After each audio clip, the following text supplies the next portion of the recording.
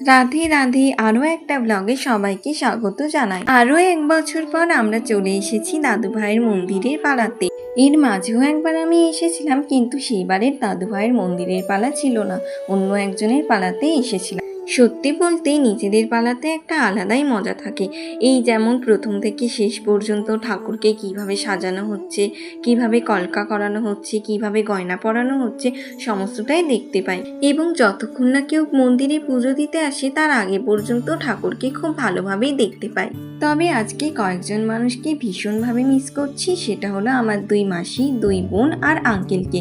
আগের বছর তো সবাই আসতে পেরেছিল, কিন্তু এই বছর কেউই আসতে পারলো না। সেজো মাসির মেয়ের শরীর ভালো ছিল না, আর বড় মাসির সঙ্গে এক বছর ধরে প্ল্যান করার পর বোন স্কুল আমাদের প্ল্যানের ওপরে এক বালতি জল ঢেলে দেয়। আর হ্যাঁ, আজকে কিন্তু আমি লং ব্লগও বানিয়েছি, সেটা খুব তাড়াতাড়ি তোমাদের সঙ্গে শেয়ার করব। এবং আজকের ব্লগটা এখানেই শেষ করলাম, দেখা হবে একেবারে লং ব্লগে।